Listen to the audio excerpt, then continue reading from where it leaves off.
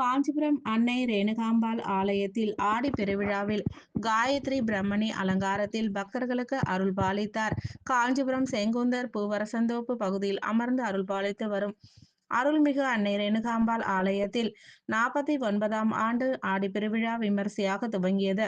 இதில் அம்பாளுக்கு அனுதினமும் பல்வேறு அலங்காரம் செய்யப்பட்டு பல்வேறு கலை நிகழ்ச்சிகள் நடத்தப்பட உள்ளது. அந்த வகையில் இன்று காயத்ரி பிரம்மணி அலங்காரத்தில் சிறப்பு தீபாராதனைகள் நடைபெற்றது. இதனைத் தொடர்ந்து புலவர் சரவண சதாசிவம் குழுவினர் சொல்லரங்கம் நிகழ்ச்சியும் நடைபெற்றது. இதில் ஏராளமான பக்தர்கள் கலந்து கொண்டு அம்பாளின் அருளை பெற்று சென்றனர்.